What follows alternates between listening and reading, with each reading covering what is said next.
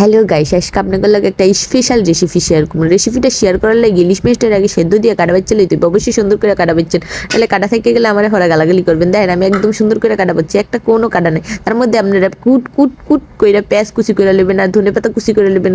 তারপরে আটার লাগে তেল দিয়ে এরপরে এই যে মানে একদম ফুরি ফুরি বানানোর মতো একদম ডো তৈরি করবেন। ডোটা তৈরি করে এক পাশে রেখে দিয়ে তারপরে যাবে চুলার দ্বারে যাইয়ে কড়াইটা লইয়ে এর মধ্যে এগুলো তেল দিয়া এর মধ্যে পেঁয়াজগুলো দিবেন দিয়া তারপরে কি করবেন, এই যে কাটা বাসালা মাছগুলি আছে না সেইগুলো দিয়ে দিবেন এর মধ্যে। তার আগে বললে অবশ্যই ডক করে আপনারা কিন্তু বাচ্চা লইন, নইলে এক আর কাটা বাসলে আর ছাড়তো না, পরে আনা গাইলে কোনো লাভ হইতো না, আপনারা এই কষ্ট পেবেন আর কি। তারপরে এর মধ্যে দেখেন একদম পেঁয়াজগুলো একটু হেলে গেলে এর মধ্যে একটু আমরা একদম হলুদ গুঁড়া দিম, মরিচ গুঁড়া দিম, যাতে সুন্দর করে জিনিসটা একদম হয়। তারপরে ঘুটানাটা করবো। ঘুটানাটা করতে গেলে এর মধ্যে একটু আদা বাটা কেটে রাখছি, সেই আদা বাটাটা দিমু।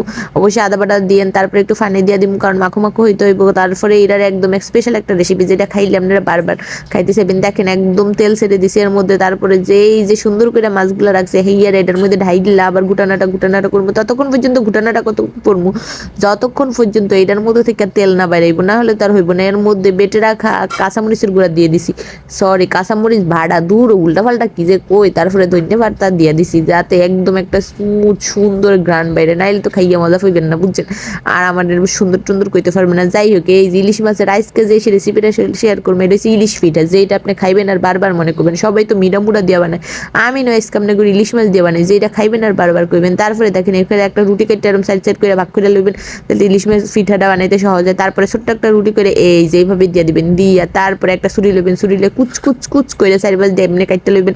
এগুলো ইলিশ মাছের লেস টেস বানাইবেন না, ফাঁকনা ফুকনা বানাইবেন না সেইটা। তারপরে এই যে কুচ করে কাটতে এইভাবে উল্টে ফাল্টাই দিবেন, কারণ নাইলে ইলিশ মাছ তো আপনারা দেখতে হইব না, ইলিশ মাছের মতো দেখতে হবে। এর মধ্যে কোনাকানি বাইরে থেকে গেলে একটু দলামসা করে এমনি নুকে নিয়ে দেবেন, কারণ আমরা কেউই পরিপাটি নেই, একটু উল্টাপাল্টা হইতেই পারে, যদিও আমি লেদা মানুষ, তার মধ্যে আবার যদি উল্টাপাল্টা করি। তারপরে এইভাবে কাইটা একদম ইলিশ মাছের লেজ হয়ে গেছে, দেখছেন একদম ছাকানাকে। এর মধ্যে একটা লবঙ্গ ওই যে মাথাটা দিয়ে দিলেই কিন্তু একদম শুকিয়ে যাবে, যদিও আমি লবঙ্গটা দিতে মনে আসছিল না, বুঝলে গেছি। তো আর কি করার, তারপরে আর কি এই পিঠা লইয়া দেখেন আমি একদম কলেজে ফুটছি পিঠা উৎসবে। তো আপনারও বাসায় এরকম করে পিঠা বানিয়ে ফুট খেয়ে ফেলবেন, তারপরে কিন্তু তেলে ভাজছেন, অবশ্যই তেলে না ভেজে খায়েন না। পরে আমার গালাগালি কইরা কোনো লাভ হইবে না, কারণ তেলে না বাজলে তো আর ফিরেই হইলো না। কারণ আমি আবার উড়ুক দেখাইতে পারি নাই, তাড়াহুড়ার ঠালে বুম বাম করে ভাজ্যেই দৌড় দিয়ে স্কুল কলেজে ফুসছি। তো আর কি করার। বাই বাই, আল্লাহ হাফিজ, সবাই ভালো থাকবেন।